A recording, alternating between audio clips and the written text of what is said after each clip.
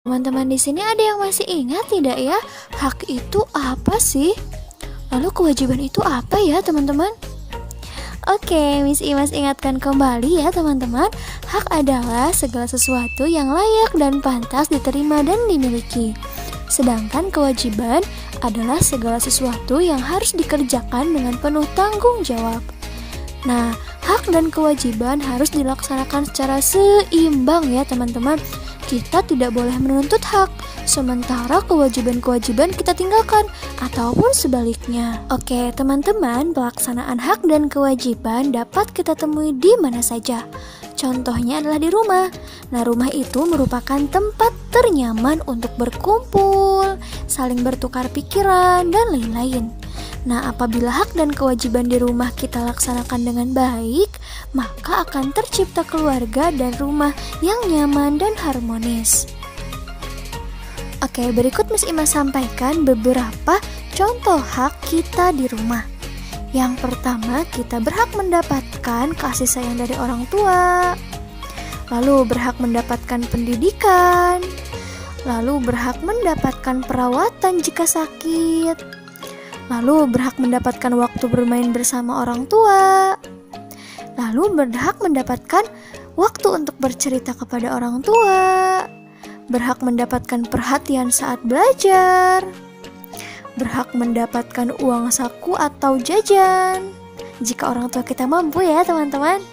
Lalu kita juga berhak mendapatkan tempat tinggal yang layak.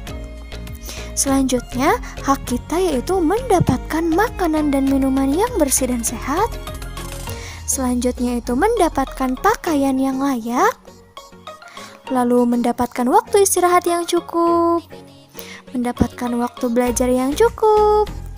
Lalu mendapatkan bantuan dari ayah dan ibu jika kita kesulitan.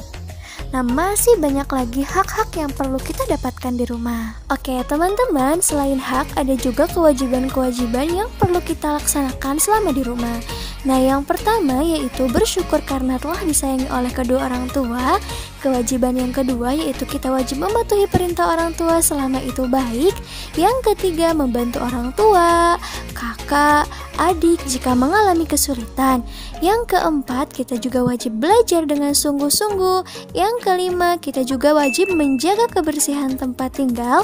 Yang keenam, menjaga orang tua, kakak, dan adik. Yang ketujuh, membantu pekerjaan rumah tangga seperti menyapu, menyiram tanaman, mencuci piring, dan lain sebagainya. Yang kedelapan, yaitu kita wajib mendoakan kedua orang tua kita setiap hari. Dan masih banyak lagi kewajiban-kewajiban yang perlu kita laksanakan di rumah.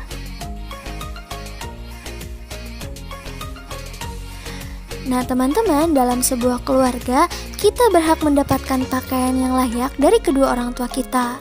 Nah, kenapa? Karena pakaian itu berfungsi yang pertama untuk melindungi tubuh dari cuaca dingin, hujan, dan terik matahari. Yang kedua, fungsi pakaian yaitu untuk melindungi tubuh dari gesekan kulit dengan benda lainnya. Fungsi yang ketiga yaitu sebagai tanda status gender. Nah, apakah kita laki-laki atau perempuan? Bisa dilihat dari cara berpakaian kita ya, teman-teman.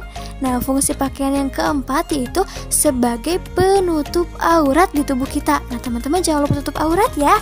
Nah, fungsi yang kelima yaitu pakaian juga untuk melindungi tubuh dari gangguan serangga. Nah, yang keenam, pakaian fungsinya sebagai baju profesi. Jadi, pakaian guru, pakaian dokter, pakaian polisi itu berbeda-beda, teman-teman ya. Oke, berikut Miss Imas jelaskan hak kita terhadap pakaian. Yang pertama, kita berhak mendapatkan pakaian yang layak pakai. Yang kedua, kita juga berhak mendapatkan pakaian yang bersih dan rapi. Yang ketiga, kita berhak mendapatkan pakaian yang menutup aurat. Lalu yang keempat, kita berhak mendapatkan pakaian yang tidak ketat, tidak tipis, dan tidak menerawang. Nah, selain itu juga ada kewajiban-kewajiban yang harus kita lakukan terhadap pakaian.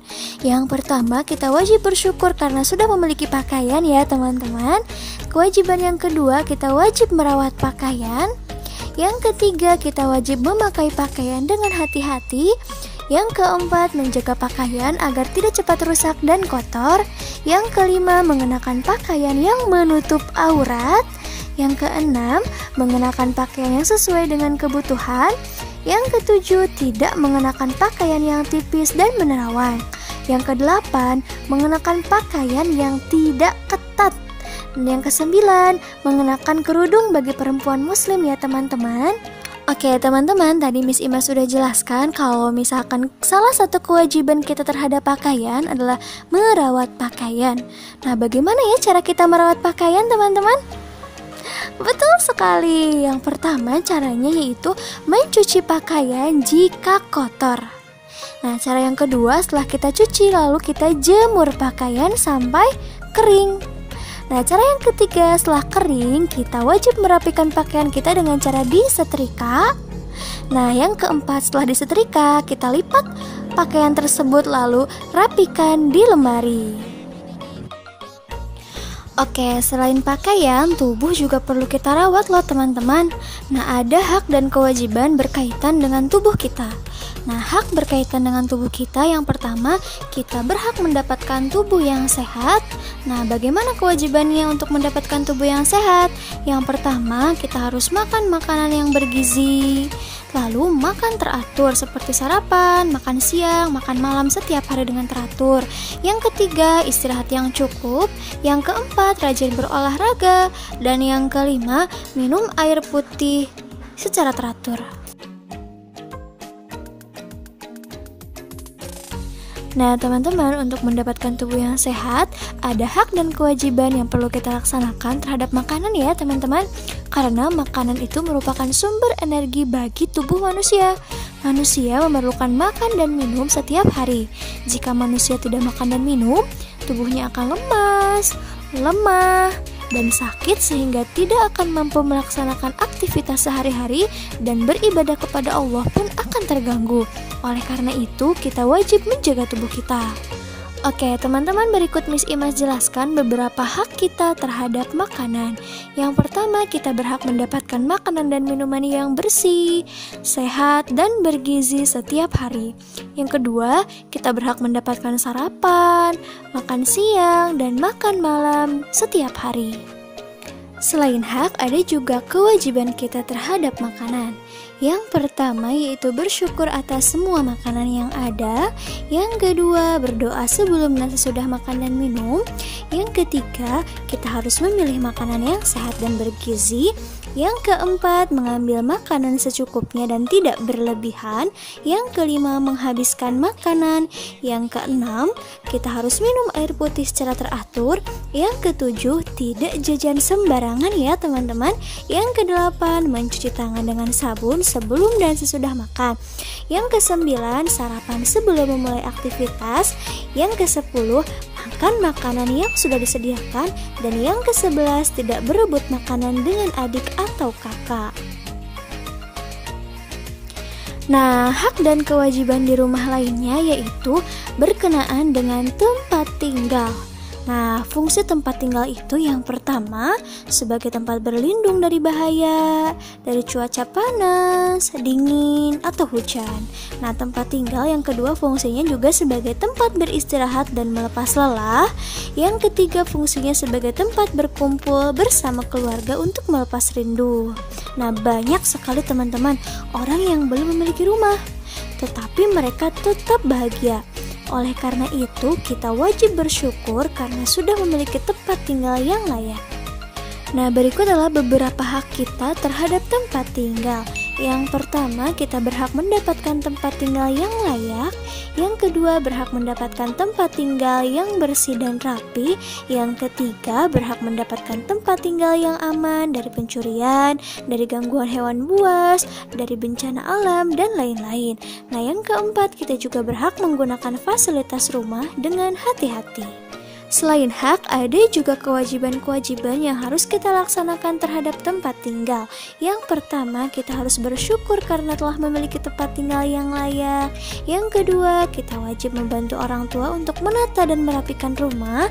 Yang ketiga, menjaga kebersihan tempat tinggal seperti menyapu, mengepelnya setiap hari. Nah, kewajiban yang keempat yaitu kita wajib menjaga fasilitas dan barang-barang yang ada di rumah.